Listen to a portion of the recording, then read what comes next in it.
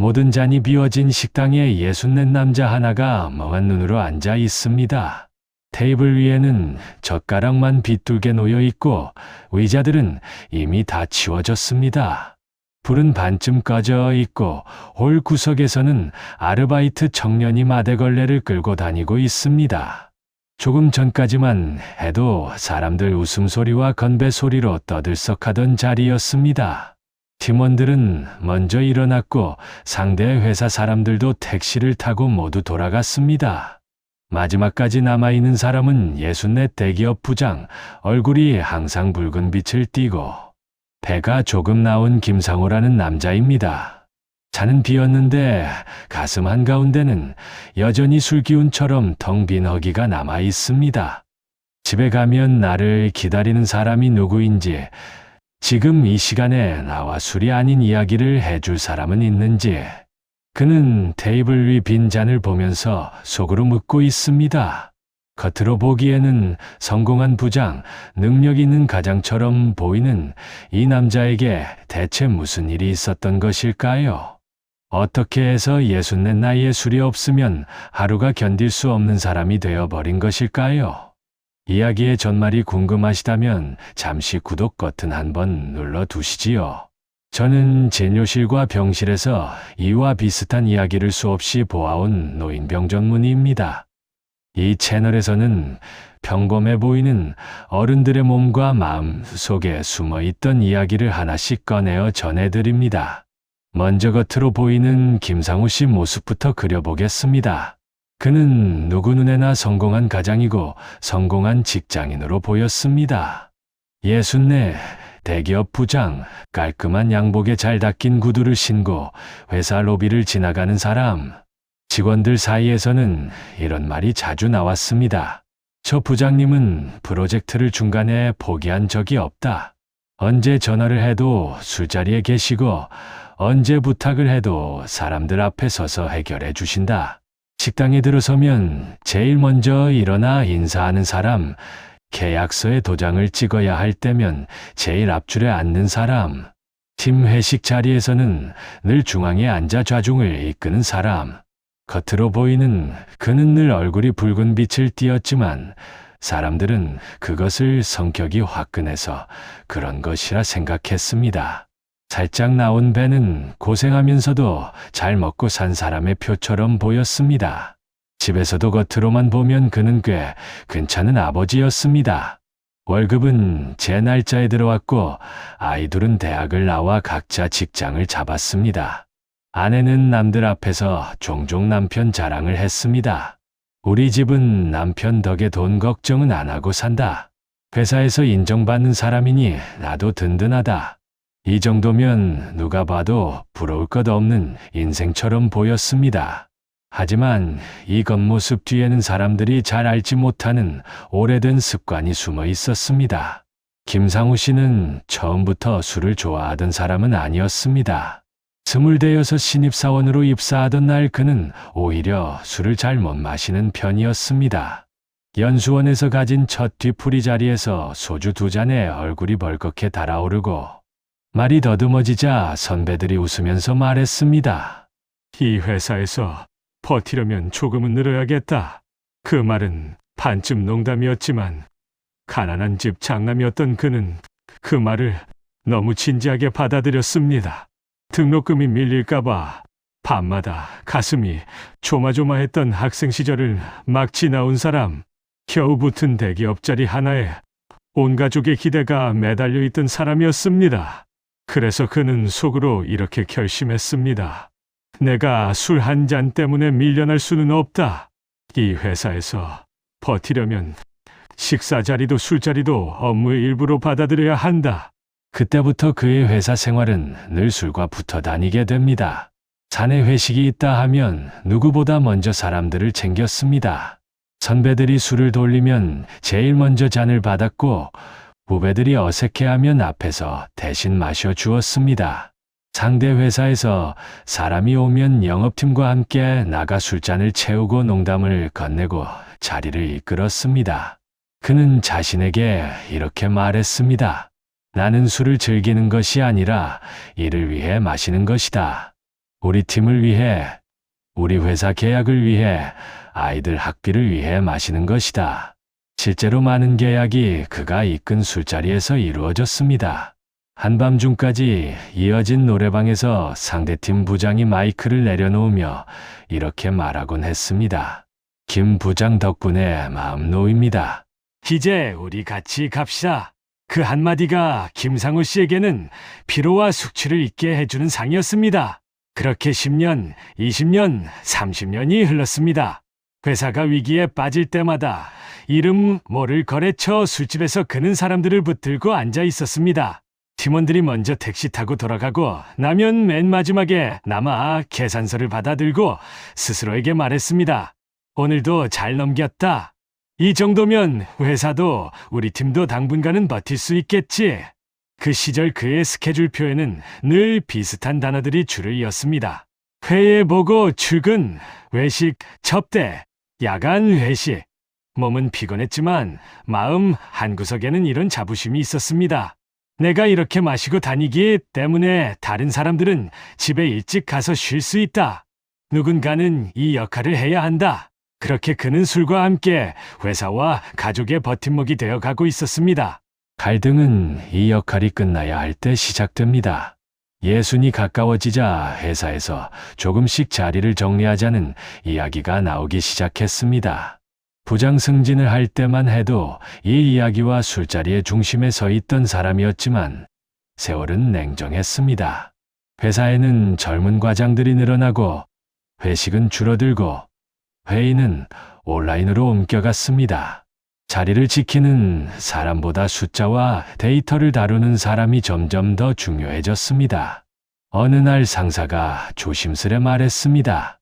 이제는 술자리보다 보고서와 숫자가 더 중요해지는 시대입니다. 부장님도 조금은 리듬을 바꾸셔야 합니다. 말은 부드러웠지만 그 한마디는 한 사람의 정체성을 깊이 흔들어 놓았습니다. 나는 술자리에서 사람들을 붙들어 온 사람인데 그게 회사의 힘이라고 믿었는데 이제는 그 세월이 없는 것처럼 취급되는구나 하는 생각이 들었습니다. 그 즈음 아이들은 이미 다 컸습니다. 딸은 결혼해서 남편 성을 따라 살고 아들은 회사 일에 치여 집에 잘 들어오지 않았습니다. 집에 있는 시간이 늘어날수록 김상우 씨는 자신이 어색해졌습니다. 퇴근 후 회사 사람들과 술잔을 부딪히던 시간에 갑자기 거실 소파에 혼자 앉아있는 자신.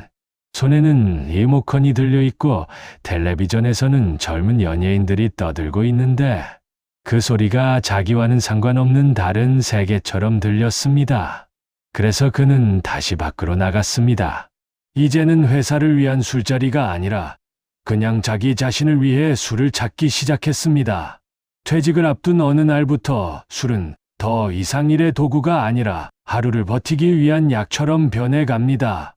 점심에 혼자 라면을 먹고 나와 편의점에서 캔맥주를 하나 사서 조용한 공원 벤치에 앉아 마시는 날이 늘어났습니다. 처음에는 이렇게 생각했습니다. 이 정도는 괜찮겠지. 나는 평생 술을 마셔왔는데. 그러나 이제 그 술은 옆자리에 웃고 떠드는 사람이 없는 술이었습니다. 사람 없는 술은 속을 훨씬 빨리 파고듭니다.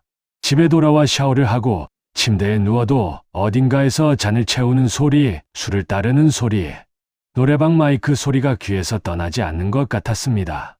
어느 날 새벽, 아내는 이상한 소리를 듣고 깼습니다. 남편이 화장실에서 괴로운 듯 신음소리를 내고 있었습니다. 문을 열어보니 그는 변기 옆에 주저앉아 얼굴이 새하얗게 질려 있었습니다.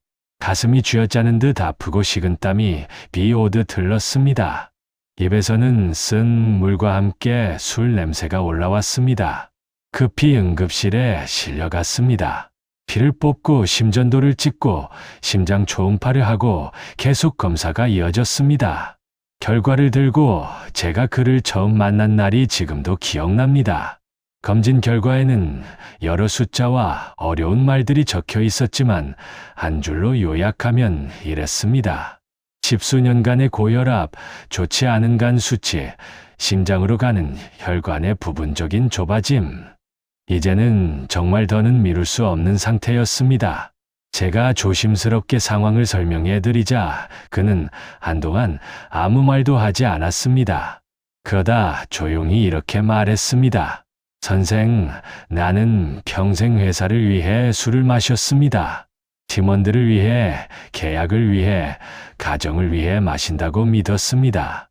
그런데 이제 와보니 남은 것은 이 망가진 몸뿐이군요. 그 말 안에는 억울함과 허무함, 스스로에 대한 분노가 섞여 있었습니다. 바로 이 지점에서 첫 번째 반전이 일어납니다. 경실로 문병 오는 사람들이 하나 둘 모습을 드러냈습니다. 과거 함께 일하던 후배 과장, 지금은 임원이 된 옛 상사, 거래처의 중년 대표까지. 그들은 병실 문 앞에서 서로 이렇게 속삭였습니다.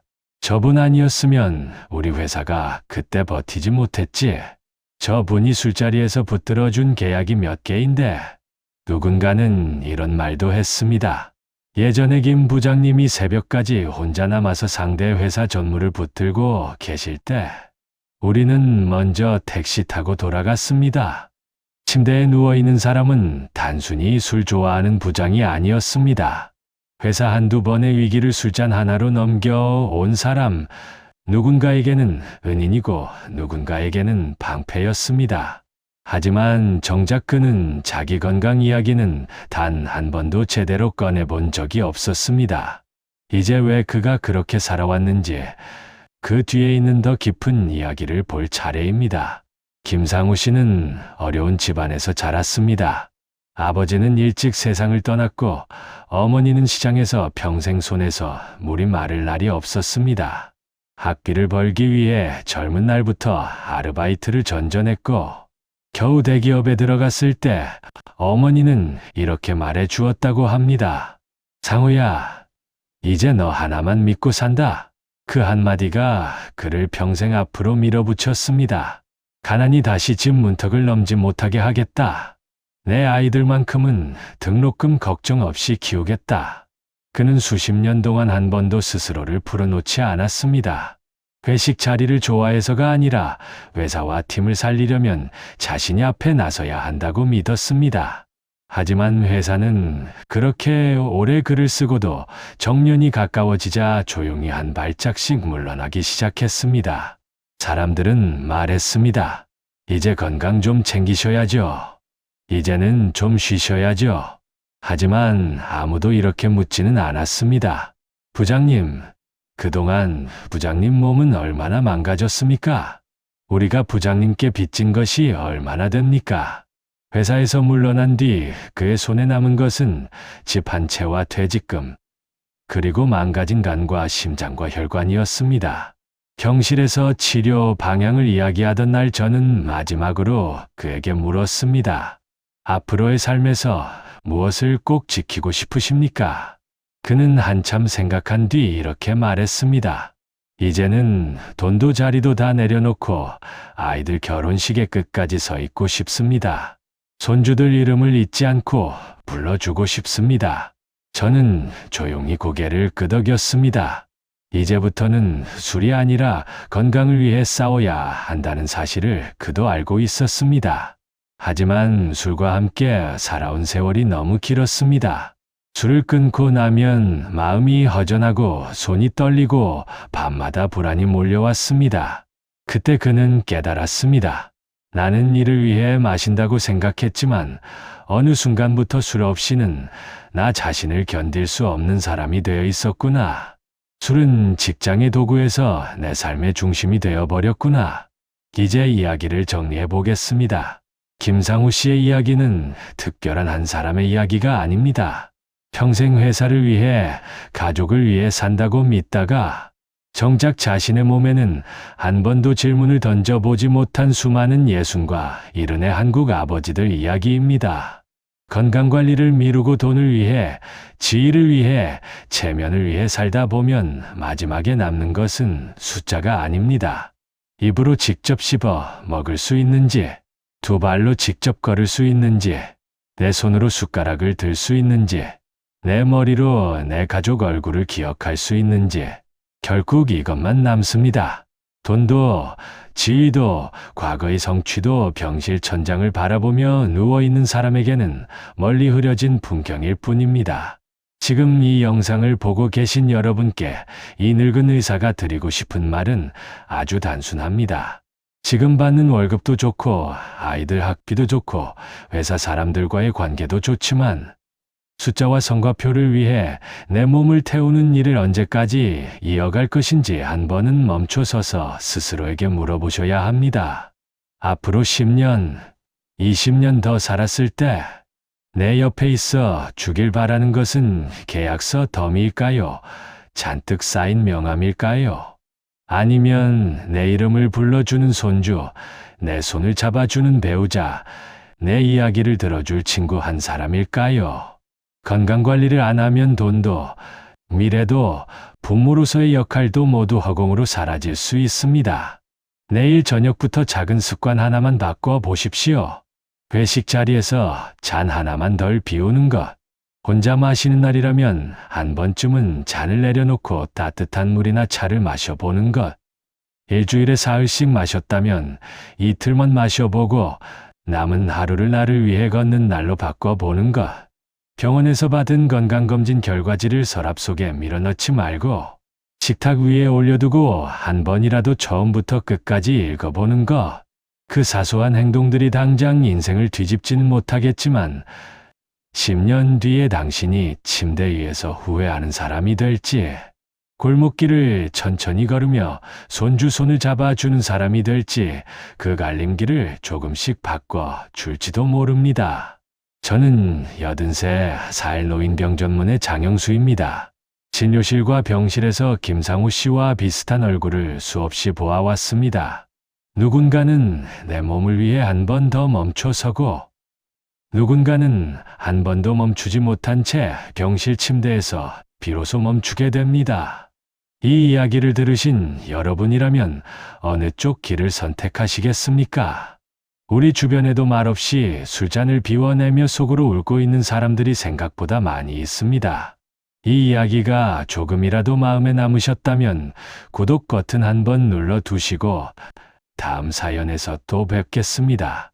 여러분의 몸과 마음이 술잔이 아니라 스스로의 삶으로 채워지기를 이 늙은 의사가 조용히 응원하겠습니다.